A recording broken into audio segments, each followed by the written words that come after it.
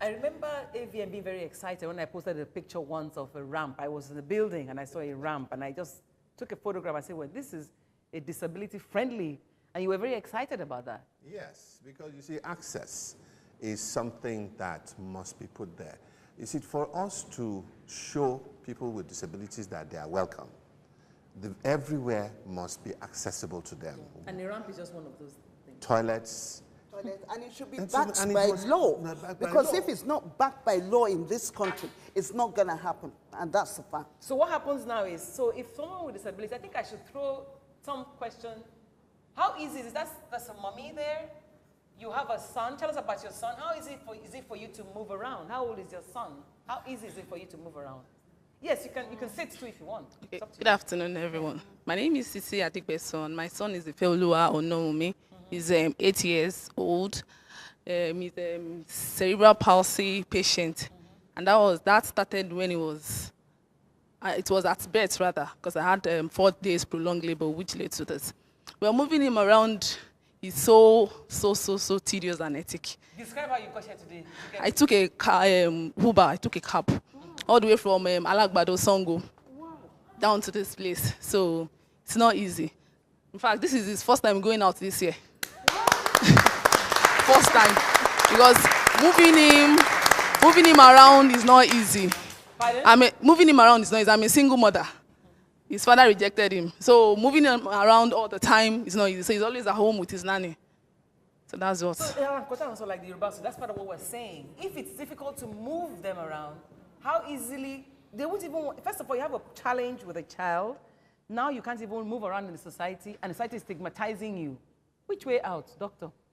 Again, it comes back to laws. What the about good thing compassion? about compassion, yes. But then when we're compassionate, let me put the knit at the end of it. When we're compassionate, we tend to forget that this is not charity. So we tend to look at it that, okay, let's give them crumbs. It's okay for them to have the crumbs. But when laws are passed and they're implemented, like Lagos State has special people's law. Okay. And there are things that should be implemented, but still are not implemented, so you can imagine. Like, for example, the buses, the public buses. Well, you see, you have to create access, but you need a lot of advocacy. Yes. Because even if you provide the space in the bus, if the people are uncomfortable because they think this condition is infectious or contagious or whatever, they will not want to sit near the person that would, you understand. So even in schools, some of the schools that try inclusion, some of them will tell you that some parents remove their children because the children come and tell them that, oh, there is this child in my class that is drooling. And the parents say, I did not pay this kind of money for my child to be in a class with a child like that. So we need advocacy. So we need advocacy and the drive. I'll give you an example of what you said. I remember once we took the adults out to somewhere in Oshogbo, and they went into Mr. Biggs. So as soon as they saw I think there were about 15 of them going into Mr. Biggs, people started dropping their food and left Mr. Biggs. And you know what happened? My staff sat down and ate the food. You want to leave the food? It's the pushing from people like you too, Adesuwa. The pushing on your programs. Keep on mentioning that this sort of platform should be every year. Every year we should celebrate the lives of everyone that has a disability. Thank you very much. It's a wonderful thing. And the little we can do is to have a party. But before we go to the party, maybe a few comments from someone, because we also have orphans with us. In some ways, they are stigmatized. Oh, yeah. People go to orphanages, they come out of that place, and once you say, I was an orphan, there's a comma. But I have a very interesting story in the house.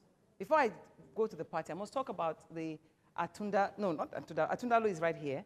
But I want to talk with the orphanages, Pastor Motayo Samuel Atundi, of the Christ Light of Hope in Akute.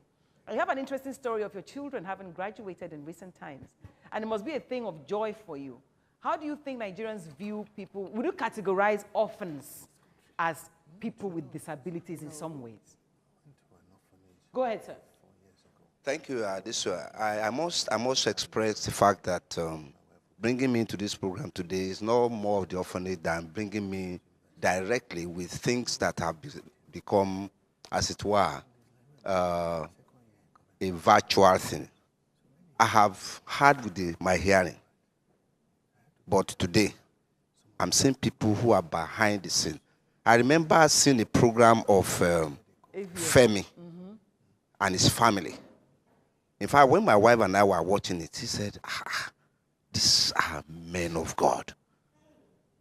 I saw your boy, and the way it was, I was like, but meeting Femi one-on-one now today, to me, it's the peak of my joy. So for you... Then secondly, Adesuwa, Atunda Olu has been an idea in my head.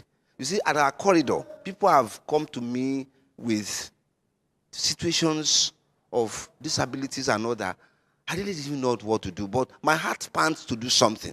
But so your program and bringing me today is like linking me up with joy, peace, and happiness. That's the whole essence of Christmas, linking up for the joy. But having said that, the orphanage, I just found out that any child anywhere has the potential to be the best that God has put in him, if he's given the opportunity to do so, if the enabling environment is put in place.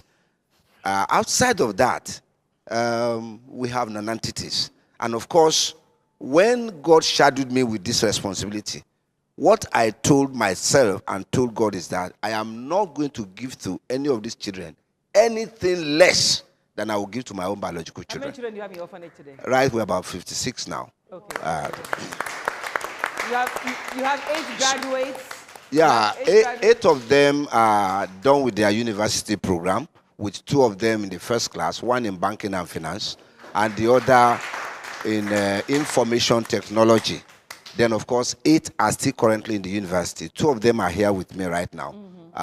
And, of course, for the 8 in the university, the one studying medicine is finishing this year by the grace of God at the Lagos State University Teaching Hospital in Ikeja. What this tells me is that when there's a will, there's a way. So that's what this whole show is about. When there's a will, there's a way. So I would like to hear, first of all, from Busola, very quickly, if you just pass on the microphone to Busola. Right. What do you wish people this Christmas? Tell us, Busola is cerebral palsy. Yes. And this is a spectrum too. Because Busola is a graduate of Economics. a master's International Economics and Trade. International Economics. And Trade. Okay, what's it like moving around with this kind of disability that you have? When I first came back into Nigeria in 2012, going abroad made me know that, people with disability can act right. Because when I was in this country, for like how many, like 30-something years of my life, and I never thought, the society stigmatized me, When I go on the bus, people move away from me. Here in Nigeria? Yes. So, going abroad made me know that, we are right. We can be happy. You have right. So I decided to be happy and to live my life positively. Thank you very much. Okay, Ebele, if you kindly pass on the microphone to, yes. Ebele actually that is doing, passing by microphone is one of the right-hand men of Dr. Akindayomi. And that is my boyfriend there, Akin, by Ebele's side. Thanks, Ebele, for the support and all of that, right? Thank you very much. Thank you very much. I have to appreciate you for organizing this type of program today. This is my first time of being in this studio. I really am happy. How are your children doing? I saw you speaking some sign languages. Yes, I love you. How do you say hello? How are you? How are you? Are you? Yes. It's for the hearing impaired, though. Okay. My children are not hearing impaired. It was when I was in Wesley School for the hearing impaired. You are really Mama Disability. Yeah. They call you Mama Disability. So I don't know what people feel about challenged children. I feel that I can die because of them. Because these challenged children, I keep on counseling my parents, there is a reason why these children enter your house. For example, my daughter here, if this boy did not enter her house, I will not know her. And most of the things I learned today, I got it from her.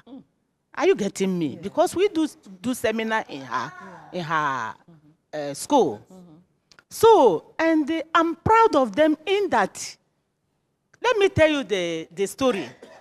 One of my old students from Atudo Olu School hosted my Christmas party from US this year. That's progress. It makes us happy. He directed the wife to cook 200 pack of food for our Christmas party. Wow. So it gives me joy, and I'm proud of them. Many of them like that in US. Many that pass out from Atudo Olu School. But you see, we must go the way Dr. Akindami has said. Yes. If we don't do some real advocacy plus legislation, these children won't really see hope. So I just want to hear quickly from Moi's mom, my mascot, and then, yes, very quickly. Well, thank you so much for bringing us here again.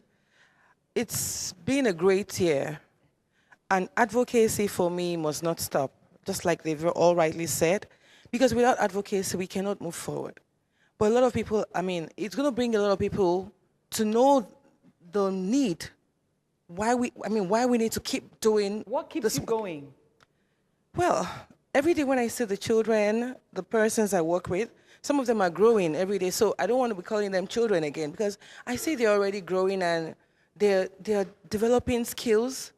They already have a mind of their own. They know what they want, they know what they like, and we've had a lot of opportunities to exhibit some of the potentials. It gives me great joy, and I see friends support me as well. This year has been so great.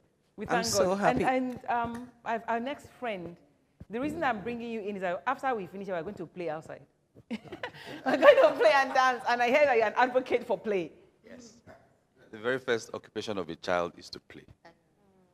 Play knows no bounds. Whether you have cerebral palsy or autism or visually impaired. Everybody plays, and every child needs to have access to play. Every child needs to have access to play. So we're going to have access to play, but I'm just going to invite my boyfriend. Come and join me. Can you bring him over to the set? Mo, my girlfriend, and her friends, just come and join us on set so that we can sing our Happy Christmas from here. So as we say bye-bye and we go to the party, remember Christmas is about Christ. It's about bringing hope and love to everyone in particular. And if you don't remember anything about this show before we go to the party, please remember that you are an advocate for equal rights for everybody, whether you have disability or not. And we all have disabilities, like I said. And remember, a problem shared is a problem solved. So if you have a child with disability, don't hide her or him. Bring him out. So Toby's going to sign us out of here. So see you. Bye-bye, everybody. But we're going to sing this. And when he finishes, we say Merry Christmas. Yeah, go and sing. We're gonna go in Bethlehem, so the Holy Bible says, Mary's born child, Jesus Christ, was born on Christmas Day. Can the angels sing that he was born today? And Mary did forevermore because of Christmas Day.